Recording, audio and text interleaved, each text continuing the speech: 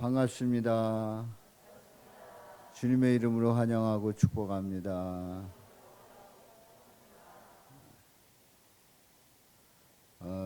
요즘 제가 질문을 많이 받고 있습니다. 결혼식을 앞두고 어떠냐고, 많이 바쁘냐고. 그래서 하는 일은 없는데 엄청 바쁘고 마음이 분주하다고 그런 답을 하고 있는데요. 그야말로 제가 하는 일 없는 것 같은데도요. 그 하는 일들이 좀 있더라고요.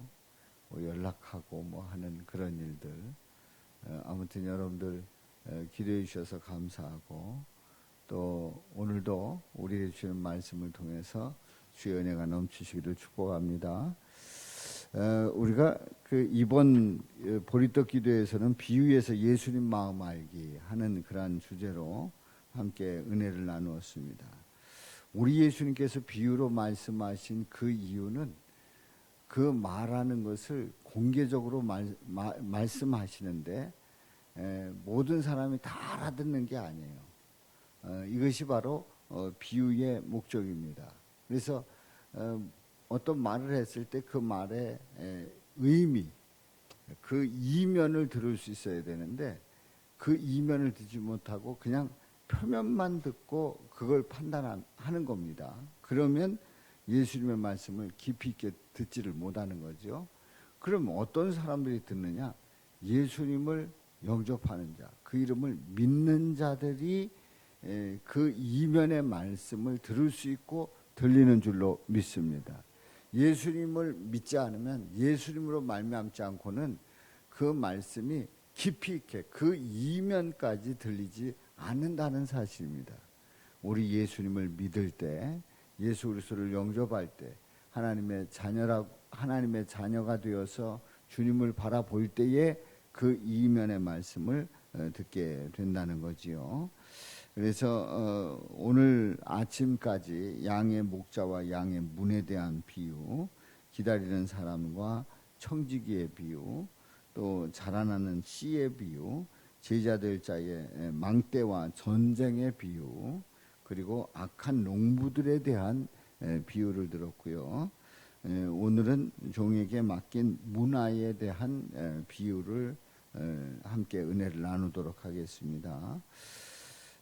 이 종에게 맡긴 그 문화는 마태복음 25장에 보면 달란트 비유가 있습니다. 달란트 비유와 이렇게 비슷한 그런 내용이 있는데 여기서 특별히 강조하고자 하는 면이 그 마태복음 25장의 달란트 비유와 분명히 다른 게 있습니다.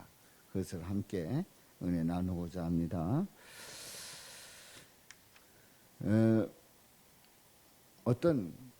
우리가 이제 그 사회생활을 하다 보면 상관과 부하 직원이 함께 일하는 경우가 있어요. 그래서 상관의 그 지시에 따라서 이제 부하가 일을 하게 되는데, 그리고 그런 그 직장 생활이나 뭐 군대 생활이나 아니면 조직 생활을 하게 되는데요. 상관에 대한 마음이 어떠하냐에 따라서 상관에 대한 마음이 어떠하냐에 따라서 일하는 태도가 달라지는 거예요. 그러니까 이런 얘기예요. 상관이 싫어요. 그리고 정말 마음에 안 들어요. 그리고 상관에 대한 존경하는 마음이 얼만큼도 없어요? 1도 없어요. 1도 없어요. 우리는 그전에 눈꼽만큼도 없다 그랬는데 요즘 젊은이들은 1도 없다고 그러더라고요. 1도. 그래서 처음에 헷갈려가지고 1도 없다 그러더니 일할 게 없다는 건가 그랬더니 1, 2, 3, 4, 1 있잖아요. 하나도 없다는 거예요. 하나도 없다. 그야말로 상관을 싫어하거나 존경하는 마음이 1도 없다. 그런 마음이 없다. 그러면 부하 직원의 일하는 태도는 분명히 달라집니다. 다시 얘기해서 그 일은 처삼촌 벌초하듯 일하게 돼요. 처의 삼촌의 묘를 벌초한다. 그러면 어떻게 해야 하겠어요? 에? 그냥 뭐 대략 그냥 뭐 흉내 내는 거죠. 예, 처삼촌 벌초한다. 처삼촌 벌초하듯 한다 하는 그 비유의 말씀이 그 속담이 아주 마음에 와닿습니다. 그러니까 마음이 딱 이렇게 존경하는 마음이 없다. 또 사랑하는 마음이 없다. 또 어떤 뭔가 내 일처럼 하고 싶다 하는 그런 마음이 없어지면 그러면 그 일은 대충 하게 되는 겁니다. 그러나 이제 존경한다. 그리고 정말 잘 되기를 원한다. 그리고 그 모든 일들이 잘 형통하기를 원한다 하는 그 마음을 가지게 되면 어떻습니까? 아주 내일처럼 하게 돼 있어요. 열심히 하게 돼 있단 말이에요. 그러면 주님의 일도 그렇습니까? 우리 하나님의 일도 그럴까요? 그렇습니다. 마찬가지입니다. 구주를 인정하면 예수 그리스도가 나의 구주, 나의 하나님이다라고 하는 것을 분명히 고백하면 목숨 바쳐 일하게 됩니다.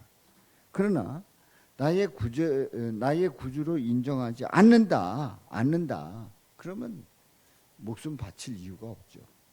또 내가 바쳐봐야 뭔 소용이 있는가 이런 생각이 드는 거죠. 나의 하나님, 나의 구주 예수 그리스도를 분명히 고백하게 됐을 때 그때에 목숨 바치게 된다는 거지요.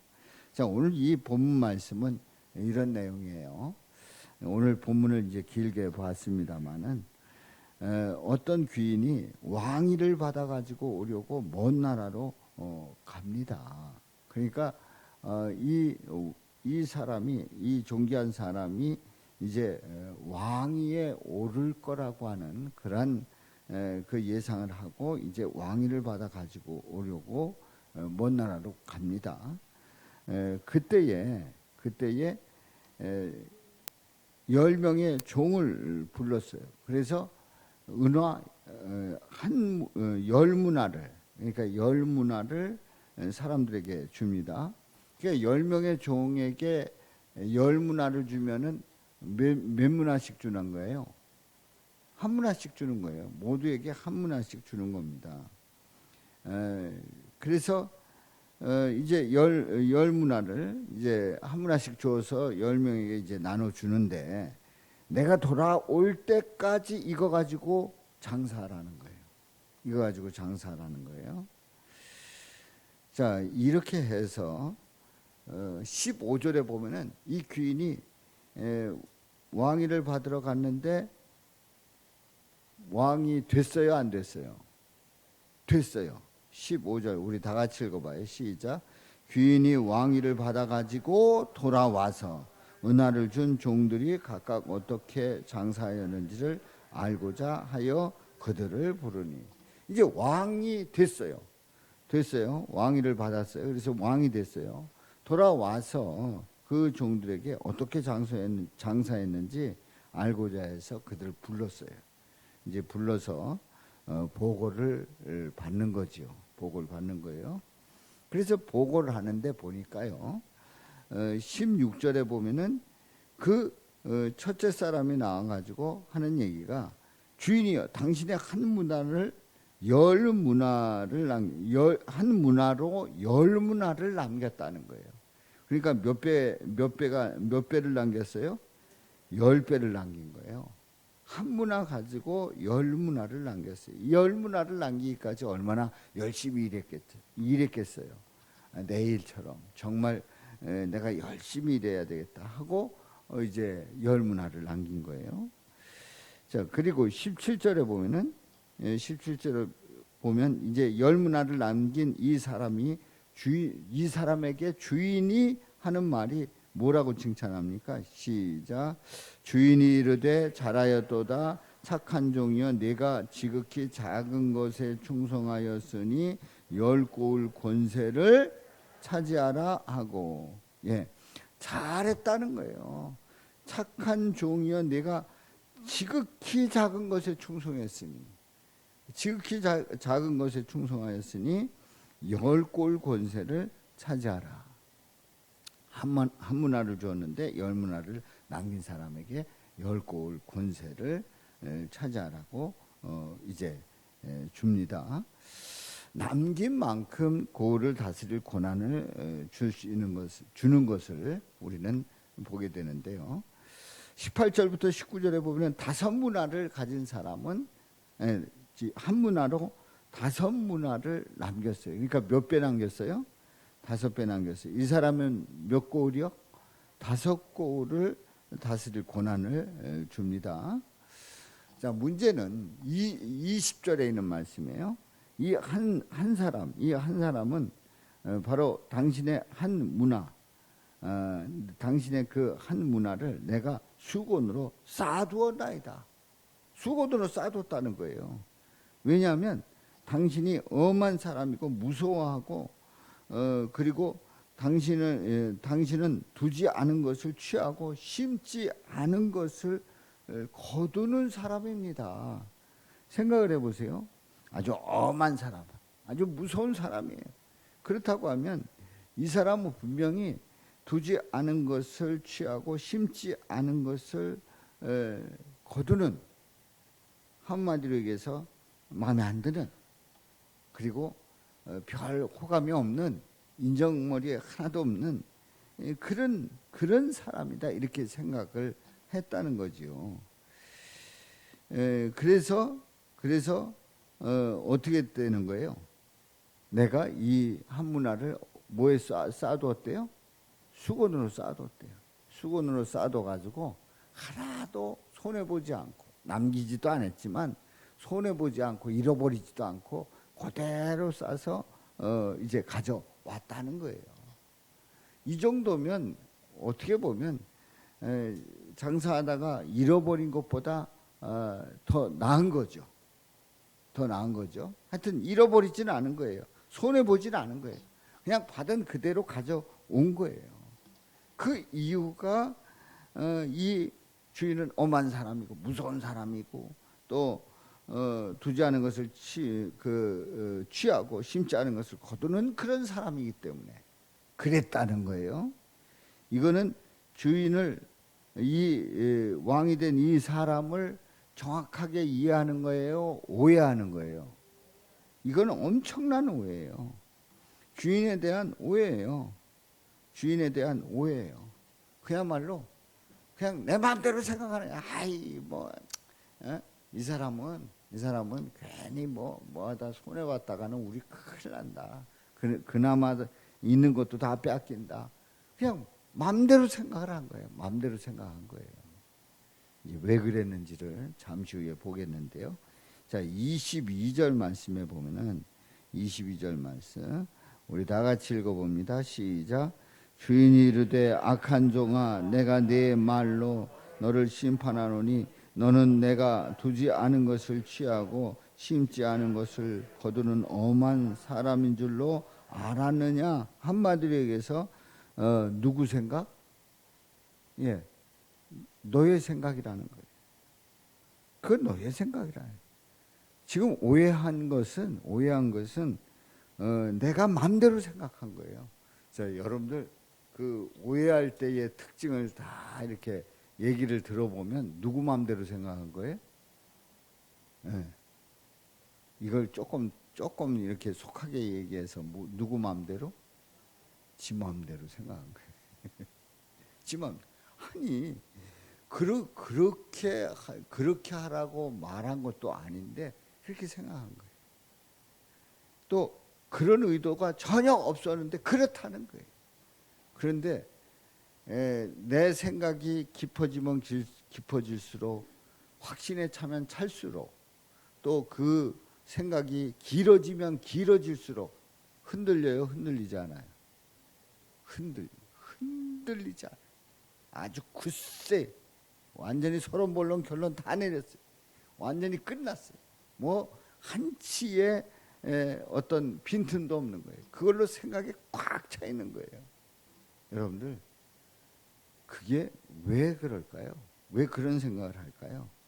자, 왜 그런 사람인 줄로 알았느냐.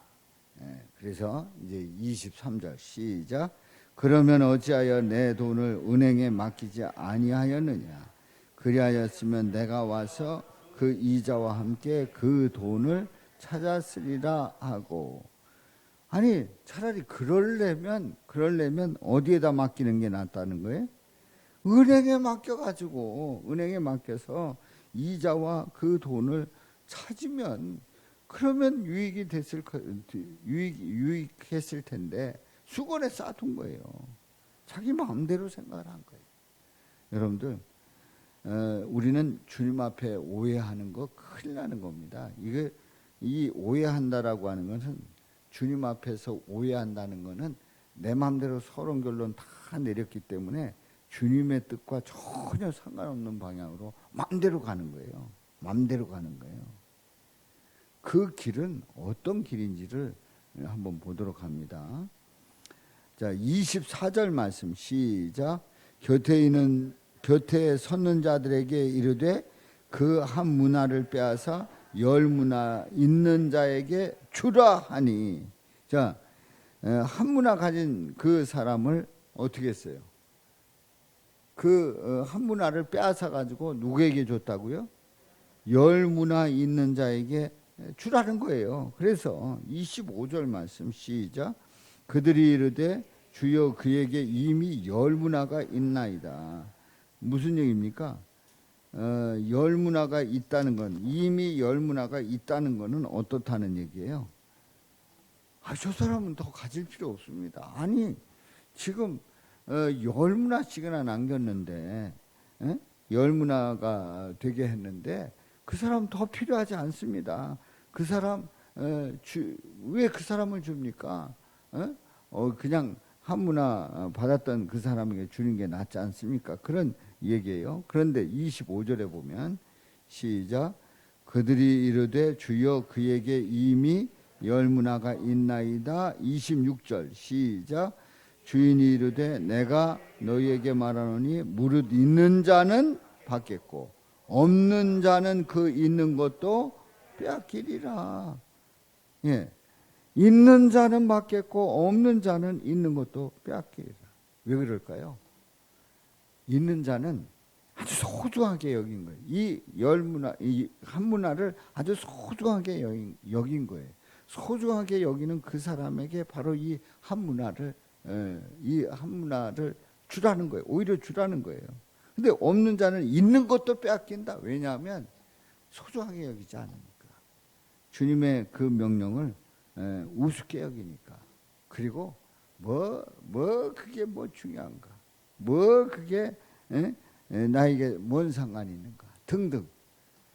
나에게는 아무 중요하지도 않고 소중하지도 않고 꼭 필요하지도 않은 그런 생각을 하고 있는 그 사람의 것은, 그렇게 생각하는 것은 주님께서 빼앗는다는 거예요.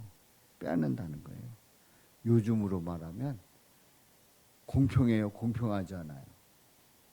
공평하지 않아요. 그게 평등한 거예요? 불평등한 거예요? 그걸 갖다 그렇게 대입해야 되는지는 모르겠습니다만은 이건 뭔가 공평하지 않은 거예요. 그런데 저는 이 말씀을 그 이면을 보면 이건 너무나도 공평한 거예요. 왜냐하면 있는 자는 그걸 더 잘 관리를 해서 더 남길 수 있는데 없는 자는 그 있는 것도 없애버리는 거예요. 그럼 있는 것도 없애버릴 정도, 그냥 그걸 묻혀두는 그런 사람에게 줘가지고 되겠어요? 아닌 거예요. 겉으로 보기에는 이게 뭐가 불공평한 것 같지만 아닙니다. 아주 정확한 겁니다. 우리 주님께서 이 비유를 말씀하실 때 정확하게 말씀하고 있는 거예요. 그런데요, 이 잘못된 오해가 자기 생각이고, 그리고 이 자기 생각의 근본적인 원인을 한번 찾아보겠어요. 근본적인 원인이라고 하면 우리 14절을 읽고 한번 찾아봅니다. 14절 시작. 그런데 그 백성이 그를 미워하여 사자를 뒤로 보내어 이르되 우리는 이 사람이 우리의 왕됨을 원하지 아니하나이다 하였더라. 이제 다시 거슬러 올라가서 지금 14절을 보는 거예요. 14절을 우리가 보지 않고 뛰어넘었어요. 근데 이제 열 문화를 열을 불러가지고 그 열 문화를 나눠줬단 말이에요. 그래서 다 하나씩 가졌어요. 그런데 그 중에 그 백성이 그를 미워하여. 그는 누구예요? 그 백성은 누구예요? 그 백성. 그 백성은 열 문화를 나눠 가진 사람들이에요. 근데 다 그런 건 아닙니다만은 그 나눠 가진 그 백성이 그를 미워해요. 그는 누구예요? 예, 왕위를 받으러 가는 사람이에요. 그 사람을 미워해서 사자를 뒤로 보내요. 이제 하는 말이 우리는 이 사람이 우리의 모됨을 원치 아니한다. 왕됨을 원치 아니하나이다 하였더라. 이 사람이 이제 왕위를 받으러 가게 되었는데 왕 되는 것을 원했다고요? 원하지 않았다고요? 원하지 않았다는 거예요. 왕됨을 원하지 아니하나이다. 왕으로 세워지는 거 우리가 원치 않습니다 라고 생각을 했어요. 무슨 얘기인지 아시겠죠? 제가 처음에 상관이 어떤 사람, 상관에 대한 태도가 어떠냐에 따라서 그 일의 질이 틀려지는, 태도가 틀려지는 거예요. 그러니까 이 열 문화를 받은 이 사람들 중에 대부분의 사람들이 뭐라고요? 이 사람이 왕 되는 것을 원했다고요? 원하지 않았다고요? 원하지 않았다는 거예요. 그러니 왕 되는 걸 원치 않았으니 그 열 문화에 대해서 어떻게 여겼겠어요? 뭐 하듯 한다고요? 처삼촌 벌초하듯 하는 거예요. 예? 그야말로 이게 내 일이 아닌 거예요. 그리고 남길 이유도 없는 거예요. 그리고 그거에 대해서 신경 쓸 이유도 없는 거예요. 그냥 신경 쓸 이유도 없으니까 은행에 맡기지도 아니하고 어떻게 했다는 거예요? 뭘로 싸두었대요?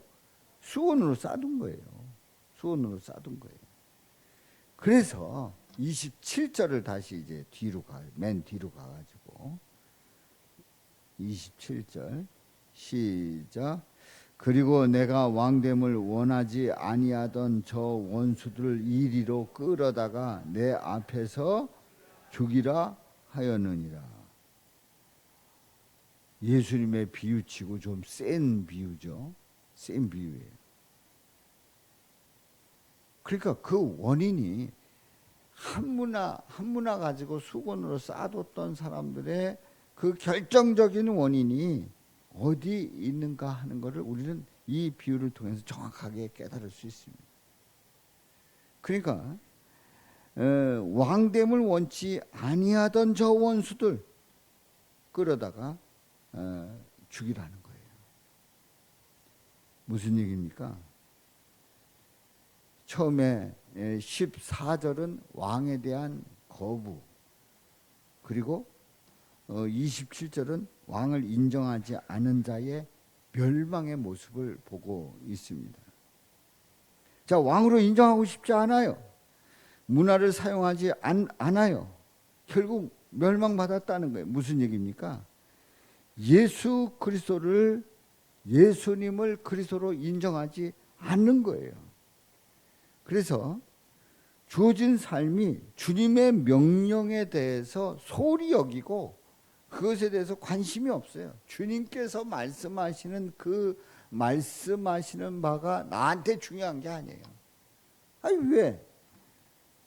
예수님이 그리스도 되는 걸 원치 않거든요.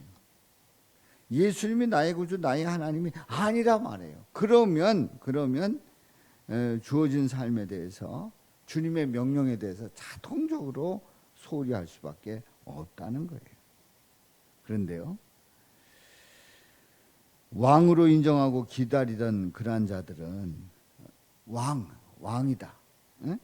저분은 왕으로 올 거다. 왕으로 인정하고 왕으로 인정하고 그 왕을 기다리던 그 사람들은 한 문화를 열 문화로 그리고 또 한 문화를 다섯 문화로 만들고 열심을 내서 만들고 그렇게 남긴 거예요. 그 사람들, 바로 그렇게 남긴 사람들, 그 사람들에게 이 왕은 고난이 있으니까 왕은 나라를 다스릴 수 있는 권한이 있으니까 고을을, 지방을 다스릴 수 있는 권한을 줄 수 있었어요. 바로 남긴 사람들에게 이 권한을 부여해 주는 그런 놀라운 역사가 있었단 말이죠. 이 비유를 왜 말씀합니까? 예수님을 믿고 기다리는 자들은 예수님께서 이루시는 일들을 왕성하게 감당하는 거예요. 주님께서 명령하시는 그 명령에 대해서 열심을 다하는 거예요. 최선을 다하는 거예요. 우리 하나님의 나라에 들어가는 놀라운 축복을 받게 되는 줄로 믿습니다. 아멘입니까? 그러니까 이 열문화 비유, 이 종에게 맡긴 문화의 이 비유 속에서 우리가 깨닫는 것은 바로 예수님을 왕으로 인정하면 내게 주어진 그 사명을 열심히 감당할 것이고, 예수님을 인정하지 않으면 예수님께서 하시는 그 말씀을 소홀히 여기고 우습게 여기는 거예요. 별일 없는 거예요. 그리고 누구 생각에 빠진다고요? 누구 생각? 우리끼리만 얘기하자고요. 누구 생각? 지 생각에 빠지는 거예요. 하나님 나라에 들어갈 수가 없다는 거죠. 그러나 왕성하게 감당하는, 충성을 다하는 그런 하나님의 자녀들은 하나님 나라에 들어갈 수 있음을 분명히 말씀하고 있습니다. 할렐루야. 이제 이 비유를 왜 하나님 나라라고 하냐면 11절에 있는 말씀 봐요. 11절. 이제 거슬러 올라가서 11절 시작. 그들이 이 말씀을 듣고 있을 때에 비유를 더하여 말씀하시니 이는 자기가 예루살렘에 가까이 오셨고 그들은 하나님 나라가 당장에 나타날 줄로 생각함이더라. 하나님 나라에 대한 하나님 나라가 당장 가까이 올 줄로 알았는데 비유를 통해서 하나님 나라는 누가 가냐? 예수님을 기다려야 된다. 예수님을 믿고 기다리고 그 예수님을 왕으로 인정해야 된다는 거예요. 예수님이 왕이 되지 않는다고 하면 결코 자신의 삶 속에서 그 왕의 의도대로 살아가지 않는 거예요. 멋대로 살아가는 거죠. 믿고 기다리면서 바로 그 명령에 따라 살아가는 그 자들에게 하나님 나라에 들어가는 엄청난 은혜를 부어주시고 복되게 하시는 줄로 믿습니다. 바로 그런 은혜가 우리 성도님들에게 넘치시기를 주님의 이름으로 축원합니다. 우리 누가복음 19장 26절 우리 다 같이 읽습니다.